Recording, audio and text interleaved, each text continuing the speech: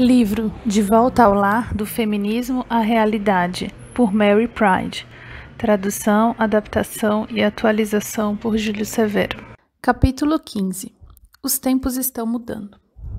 Um dos meus passatempos favoritos quando eu era adolescente era ler ficção científica. Depois da escola, costumava me dirigir para uma biblioteca e pegar todos os livros que eu pudesse achar com um desenho de foguete na capa. A moda da época eram as histórias de heróis que cruzavam vastas galáxias, encontrando nefastos impérios alienígenas e derrotando todos os obstáculos. Às vezes o herói se casava, muitas vezes não. Mas se ele tinha uma esposa, ou se o livro apresentava um casal com filhos, pelo menos em 50% das histórias, a esposa era trabalhadora do lar. Os escritores daquele tempo não tinham preconceitos nem receio de colocar as trabalhadoras no lar em suas histórias de ficção científica. Depois, tudo mudou. A sociedade começou a apoiar os valores feministas e os estilos de vida alternativos. E com isso, veio uma nova onda de ficção científica. De repente, todas as mulheres não tinham filhos e estavam sexualmente à disposição. A ficção científica passou a descrever as mulheres trabalhando nos mesmos tipos de ocupação que os homens. Agora, toda mulher era uma tripulante em potencial de Jornada nas Estrelas, e nenhuma delas era mãe. Os boatos acerca de nossa morte. Nossas vidas estão se aproximando mais das realizações tecnológicas do seriado de TV Jornada nas Estrelas, e se afastando mais da cultura de agricultura e pastoreio do Oriente. Por isso, muitas pessoas acreditam que o trabalho está morto, o trabalho do lar está morto, extinto e obsoleto. Não só o trabalho do lar, mas também todos os ensinos da Bíblia sobre a conduta humana estão sendo desafiados por aqueles que veem os mandamentos bíblicos como sem relação com a sociedade de hoje. Alguns até se gloriam nisso, achando que estão vendo a inevitável extinção da cultura bíblica. Certa feiticeira, psicóloga de religião, declara: todas as feministas estão tornando o mundo mais e mais diferente do mundo descrito na Bíblia e estão, assim, ajudando a diminuir a influência de Cristo sobre a humanidade. Deus vai mudar, pensei consigo mesma. Nós, mulheres, vamos acabar com Deus, quando assumirmos cargos no governo, medicina, sistema judiciário, negócios, arte e, finalmente, nas religiões. Acabaremos totalmente com ele. Mudaremos tanto o mundo que Deus não se encaixará mais nele. Outros, como o escritor católico Stephen Clark, lamentam a morte do papel bíblico verdadeiro para as mulheres. O Sr. Clark compreende que nos tempos bíblicos as pessoas sentiam com relação à ocupação feminina que o lugar da mulher era no lar, mas ele diz: por outro lado, porém, o lar era então um lugar bem diferente do que é hoje e desempenhava muitas funções de bem-estar econômico e social, que não mais desempenha agora. Uma mudança significativa ocorreu nas funções da família tradicional e o resultado é que a maior parte das tarefas educacionais, de bem-estar social e econômico, tradicionais da mulher, não ocorre mais no lar. Embora eu ache possível que alguma dessas atividades possam voltar a seu papel tradicional no lar, o Sr. Clark vê que a tecnologia moderna está nos condenando a viver papéis feministas. No entanto, a menos que os cristãos se retirem completamente da maioria das instituições sociais modernas, sempre haverá na sociedade tecnológica uma necessidade significativa de que as mulheres cristãs trabalhem fora do lar. Para as mulheres cristãs, permanecer no lar sobre essas circunstâncias as deixaria subempregadas, além disso subrepresentadas em algumas das áreas mais vitais da sociedade moderna. Não importa que o trabalho no lar seja um ideal bíblico maravilhoso. Se as mulheres creem que é impossível, elas nem tentarão.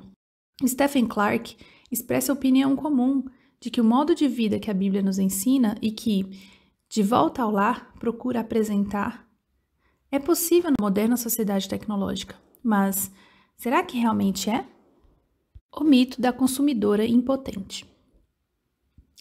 Toda vez que falo sobre as dificuldades que os cristãos enfrentam na sociedade moderna, sou tentada a me lançar num discurso acalorado, fazendo a mim mesma e a todos os que estão ao alcance da minha voz lembrarem que os cristãos têm o dever de fazer história, não simplesmente reagir a ela. Sinto vontade de gritar que se a sociedade de hoje está nos impedindo de obedecer a Deus, então sem dúvida alguma teremos de mudá-la. O que precisamos fazer é aprender a usar tudo o que já temos à nossa disposição. Entenda! A tecnologia moderna não impede o trabalho do lar. Pelo contrário, a tecnologia moderna pode ser usada para nos ajudar a trabalhar no lar. Como ex-engenheira e especialista em sistemas de computação, fico admirada de ver como as pessoas se sentem impotentes diante dos aparelhos avançados de hoje. Os pais, por exemplo, se preocupam com os videogames e os computadores escravizando seus filhos e com os maus efeitos que a televisão tem em suas crianças. A vida moderna é tão difícil para os jovens, se queixam eles. Contudo, nunca lhes ocorre desligar os aparelhos. Não somos vítimas impotentes dos aparelhos modernos. Podemos controlá-los. O fato é que os atuais instrumentos não promovem nem podem impedir o trabalho no lar. Melhorando os métodos do passado. Dizem que não podemos voltar aos métodos do passado. A Bíblia diz que devemos voltar aos velhos métodos. E a tecnologia moderna mostra que podemos melhorar os métodos do passado. Veja a horticultura, por exemplo. No começo do século XX, especialistas desenvolveram meios científicos e industriais para produzir fertilizantes inorgânicos, pesticidas químicos e enormes máquinas agrícolas. Muitos diziam que era a única maneira de a terra produzir alimento, pois os métodos de agricultura orgânica do passado já eram. Mas em 1941, o senhor J.I. Rodali mudou-se para 25 hectares de terras desgastadas pela erosão, na Pensilvânia, resolvido a provar que eles estavam errados. Ele começou a usar os métodos agrícolas antiquados, em face de muito ceticismo e zombaria. No entanto, ele e seus filhos, com muita inteligência, se saíram muito melhor do que os fazendeiros do passado. Hoje, o Centro de Pesquisas Rodali, de 123 hectares, é só parte de um império de horticultura orgânica que inclui, entre outras coisas, a revista Horticultura Orgânica, de mais de 1 milhão de leitores e várias outras revistas. Os modernos horticultores orgânicos adotam a filosofia dos velhos tempos, mas não as ferramentas antiquadas e ineficientes do passado. Assim, a edição de junho de 1984 de Horticultura Orgânica contém anúncios de pequeno trator a diesel, vários tipos de máquina de arar, sistemas de irrigação de plástico, um trator elétrico especialmente criado para horticultores idosos ou deficientes físicos, um equipamento doméstico para perfurar poços e vários outros instrumentos tecnológicos. Não é preciso ser horticultor orgânico para admitir que as atuais máquinas de semear de plástico que deixam cair na terra uma minúscula semente de alface ao clique do aperto de um botão tornam a horticultura mais fácil do que semear essas sementes à mão. Os instrumentos modernos podem e tornam mais fácil a antiquada horticultura. Os horticultores orgânicos não são obrigados a usar instrumentos de hoje. Eles poderiam usar as ferramentas e os métodos do passado, mas eles gostam de usar as ferramentas modernas. Por isso, há um crescente mercado de instrumentos modernos para uso na horticultura orgânica. Se a necessidade de adubo composto algum dia ultrapassar a necessidade de fertilizantes químicos, a moderna indústria inorgânica se tornará um método do passado. Os instrumentos modernos podem ser usados no lar com tanta facilidade quanto no escritório e no governo. Os fornos micro-ondas, os aspiradores, os filtros de água, as geladeiras, as máquinas de costura, as máquinas de lavar, etc. Todos esses aparelhos comprovam a disposição dos fabricantes de suprir instrumentos modernos às trabalhadoras no lar. Se pararmos de ver o trabalho do lar como trabalho de empregada, em vez de um ministério às pessoas, não mais veremos os aparelhos modernos como ameaça ao nosso trabalho. A única coisa que nos atrapalha é quando, 1. Leis monopolizadoras nos obrigam a usar só um tipo de produto moderno, embora haja vários outros tipos no mercado, ou quando, 2. Leis mandatórias nos obrigam a não ficar sem determinado produto moderno. Quando não são reprimidos por padrões monopolizadores e mandatórios, os meios modernos tendem a se ajustar à preferência de cada pessoa que os usa. Veja, por exemplo, a televisão. Primeiro havia as redes Record, Globo e Band. Depois apareceu a TV por assinatura. Agora que temos o gravador de videocassete, a televisão está quase totalmente sob nosso controle. Com o gravador de videocassete, você não só poderá gravar programas em TV para serem assistidos quando você quiser vê-los. Em si, isso é muita vantagem, já que livra o telespectador de ser escravizado do horário da TV, mas você também pode assistir a programas essencialmente criados para a sua família. No final, você poderia ter condições de comprar exatamente os programas que quer, seja entretenimento, documentário, show de entrevistas ou o que quer que seja, e dispensar totalmente os botões de canais. Em tal caso, eu poderia considerar comprar um televisor, pois a TV teria chegado ao máximo que a tecnologia pode oferecer, a liberdade de cada pessoa selecionar o que quer ver. Os produtos modernos podem tornar as coisas mais possíveis para mais pessoas em mais lugares, se isso é o que as pessoas quiserem. A moderna mulher artificial e as leis. É possível que as autoridades decretem leis repressivas que nos impeçam de produzir ou comprar instrumentos modernos para uso doméstico. As feministas estão lutando constantemente para que tais leis sejam aprovadas. Mas elas queriam muitas das mesmas coisas em 1890 e não as conseguiam. Se elas conseguirem agora usar as leis para oprimir as trabalhadoras do lar, a diferença não será os instrumentos de hoje, telefones, televisores, computadores pessoais, mas o clima moral do país. Em 1890, havia mais consenso entre os evangélicos do que há hoje. Poderiam dizer que as invenções modernas produziram o feminismo e, até certo ponto, dificultaram o trabalho do lar. Com isso eu concordo. O feminismo em grande escala só se tornou possível desde que foram inventados os eficientes métodos de controle de natalidade e o aborto legal. Contudo, os produtos modernos só têm saída se as pessoas os quiserem. Se ninguém quisesse o controle da natalidade e o aborto legal, as indústrias farmacêuticas não estariam tentando lançar no mercado mais e mais produtos contraceptivos que provocam microaborto.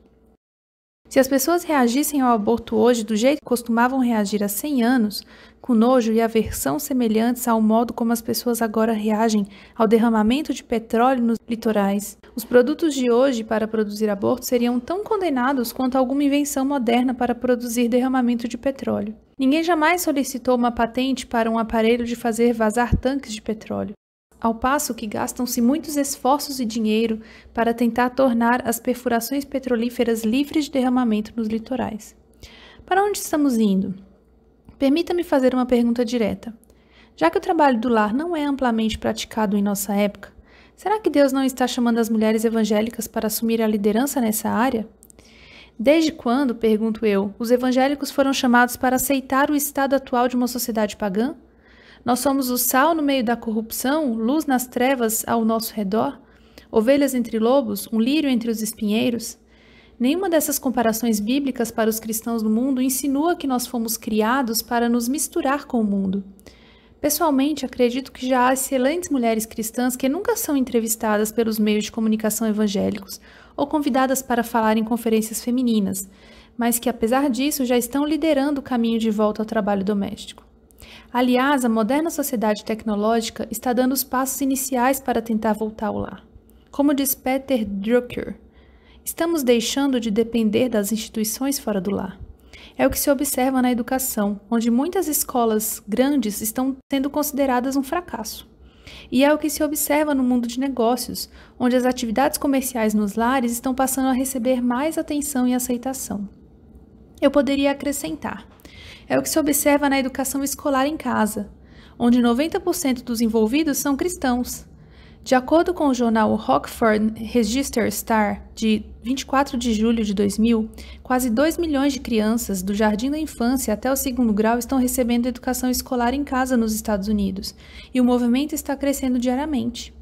É o que se observa nas igrejas evangélicas, onde estão se formando pequenos grupos familiares. Há também um crescente aumento nos tipos de instrumentos modernos para o uso doméstico. Instrumentos modernos para o uso doméstico. Vamos dar uma olhada por 1 minuto no computador pessoal. Você já parou para pensar como é que o computador, uma invenção tecnológica que todos achavam que permaneceria à propriedade exclusiva das grandes empresas, se tornou acessível a qualquer pessoa? Esse instrumento moderno, em especial, foi introduzido no lar pela única razão de que as pessoas o queriam no lar. Acredite se quiser, o computador pessoal poderá ajudar as pessoas a recomeçar a viver mais em casa numa escala sem precedentes. Por causa do computador, milhões de empregados de escritório poderão trabalhar em casa. Em casa também poderão trabalhar milhares de engenheiros, programadores, consultores e outros especialistas que trabalham principalmente na área de informação. Pelo menos, essa é a opinião do Dr. Jack Niles, especialista de telecomunicações do Centro de Pesquisas Futuras da Universidade do Sul da Califórnia. Alvin Toffler e John Naisbitt, os mais importantes especialistas de tendências futuras dos Estados Unidos, previram que os computadores caseiros promoverão pelo menos uma volta parcial à educação escolar em casa. Já que a opinião pública é moldada por essas previsões, nós bem poderemos ver uma volta ao lar causada pela alta tecnologia, que facilita fazer em casa as coisas que, desde a Revolução Industrial, eram feitas em instituições fora do lar. Vamos prosseguir nisso um pouco mais. Podemos fazer agora mais coisas no lar, com maior facilidade do que nos tempos passados, quando o trabalho no lar estava fora de moda. O alimento pode ser cortado num processador de comida, passado no liquidificador e cozinhado no micro-ondas. Com um bom investimento, poderão ser preparadas no lar mais variedades de alimentos em menos tempo do que nunca antes. Esses aparelhos modernos tornam o lar obsoleto? Se houver uma necessidade econômica urgente de avançados produtos domésticos, alguém os produzirá. A educação escolar em casa está se tornando um movimento viável. Em nossa região, é um movimento que está crescendo vertiginosamente. Por isso, mais e melhores cursos, livros, atividades, etc. estão agora à disposição para suprir os pais que dão aula em casa. E quanto mais pais ensinarem os filhos em casa, mais difícil será para os legisladores proibirem. O trabalho do lar cria seu próprio mercado, conforme já vimos. A existência do trabalho do lar não depende, como acontece no caso das esposas que seguem uma carreira profissional fora do lar, de invenções modernas que podem ser removidas. As esposas eram trabalhadoras do lar antes da invenção da pílula anticoncepcional, da televisão, etc. Mas nem por isso as trabalhadoras do lar são vítimas das avançadas invenções de hoje. Temos sempre o direito de escolher não usá-las. Podemos sempre aprender a viver sem algum produto moderno. Além do mais, o trabalho do lar cria seu próprio movimento. Quanto mais esposas trabalharem no lar, mais fácil será para outras esposas a imitarem. Stephen Clark, em seu livro Men and Women in Christ, O Homem e a Mulher em Cristo, formula com todo cuidado normas para o estabelecimento e a restauração de uma estrutura social cristã dentro da qual podemos viver o ensino bíblico do papel masculino e feminino. Ele, então, admite que uma reação racional a essas normas é a pergunta: será que essa maneira de viver pode mesmo ser colocada em prática? Essa é uma questão sobre a qual vimos conversando. O trabalho no lar, conforme a Bíblia ensina, pode ser posto em prática, mas há mais um lado da questão que o Sr. Clark continua a mostrar. Embora, como se sabe, seja bem difícil reconstruir uma estrutura de relacionamentos sociais cristãs na moderna sociedade tecnológica, na maioria dos lugares ainda é possível. No entanto, outro modo de fazer a pergunta revela o ponto fundamental da questão. Até quando os cristãos da sociedade moderna conseguirão sobreviver com alguma fidelidade genuína aos ensinos cristãos se eles não criarem uma nova estrutura social? O trabalho do lar não nos conduzirá ao milênio do reino de Jesus Cristo na Terra, mas mudará a sociedade. E se as trabalhadoras do lar não reconstruírem a sociedade, as feministas o farão. O tipo de vida que escolhermos viver decifrará os tipos de instrumentos novos que serão produzidos e o modo como os usaremos. Os instrumentos modernos podem ser usados para facilitar o trabalho do lar? Sim! Na próxima parte, estudaremos o lar como centro de assistência e serviço, uma frase usada pelo Sr. Clark, e veremos como os aparelhos modernos podem realmente melhorar mais o nosso trabalho de casa.